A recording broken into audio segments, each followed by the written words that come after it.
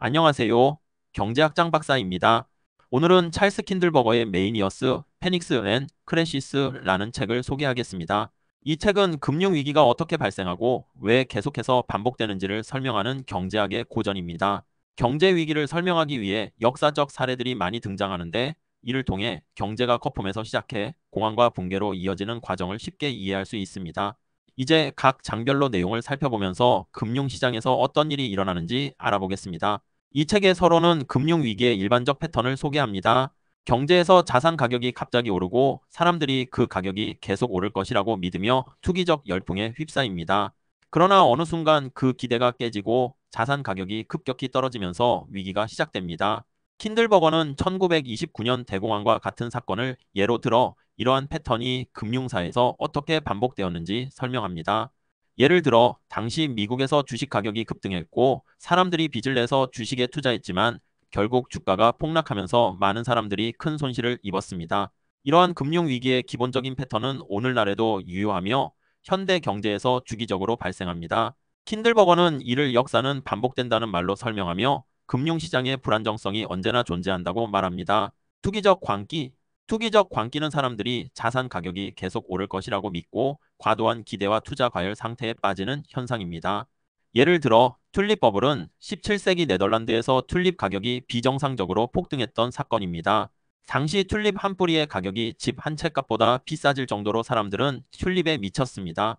그러나 거품이 터지면서 가격은 폭락했고 많은 사람들이 큰 손실을 입게 되었습니다. 이러한 현상은 역사 속에서 반복되어 왔습니다. 1720년도의 사우스시 버블도 마찬가지인데요. 영국에서 남의 회사 주식 가격이 급등했다가 폭락하면서 많은 투자자들이 파산하는 사건이었습니다. 킨들버거는 이런 투기적 광기의 패턴을 강조하며 사람들이 탐욕과 과도한 낙관주의에 사로잡힐 때 금융위기가 발생할 가능성이 크다고 설명합니다. 국제적 차원의 위기. 킨들버거는 금융위기가 단일 국가에 국한되지 않고 국제적으로 확산될 수 있다는 점을 강조합니다. 대표적인 사례로는 1997년 아시아 금융위기가 있습니다. 이 위기는 태국에서 시작되었지만 동남아시아 여러 국가로 빠르게 확산되었습니다. 태국의 바트화가 급격히 평가절하되면서 인근 국가들이 타격을 입었고 아시아 전역의 경제가 흔들리게 됩니다. 그 결과로 많은 나라에서 외환 위기와 경제 침체가 발생했습니다. 자본이 국경을 넘어 빠르게 이동하는 현대 경제에서 금융 위기가 특정 지역이나 나라에만 머물지 않고 전 세계 경제에 영향을 미칠 수 있음을 보여줍니다. 예를 들어 2008년 글로벌 금융 위기는 미국에서 서프라임 모기지 위기로 시작되었지만 유럽과 아시아에까지 충격을 주었습니다. 킨들버거는 금융 위기가 국제적 차원에서 어떻게 연쇄적으로 발생하는지를 강조합니다. 최후의 대부자. 금융 위기가 심화되면 이를 막기 위해서는 중앙은행이나 정부가 개입해야 합니다. 이들은 최후의 대부자로서 역할을 하게 됩니다. 예를 들어 2008년 글로벌 금융위기 때 미국 연방준비제도는 금융시장에 대규모로 돈을 공급해 은행들의 파산을 막으려 했습니다. 이처럼 중앙은행은 위기 상황에서 유동성을 공급하여 금융 시스템을 안정시키는 중요한 역할을 합니다. 킨들버거는 이런 중앙은행의 역할이 없으면 금융위기가 더욱 악화될 수 있다고 경고합니다. 그러나 동시에 중앙은행의 개입이 적절한 시점에 이루어져야 하며 무분별한 구제금융은 오히려 금융 시스템의 문제를 심화시킬 수 있다는 점도 지적합니다. 정부의 역할은 위기의 심각성에 따라 달라지며 위기를 해결하기 위해 신속하고 과감한 개입이 필요할 때도 있지만 장기적으로는 규제와 관리가 중요합니다. 규제와 감독. 킨들버거는 금융시장에서 규제와 감독의 중요성을 강조합니다. 금융위기를 예방하기 위해서는 금융기관에 대한 강력한 규제가 필요하며 이를 통해 시장의 과열과 붕괴를 막을 수 있습니다.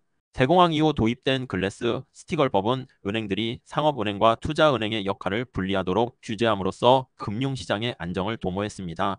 그러나 1999년에 이 법이 폐지되면서 은행들은 다시 위험한 투기에 나섰고 그 결과 2008년 글로벌 금융위기가 발생했습니다.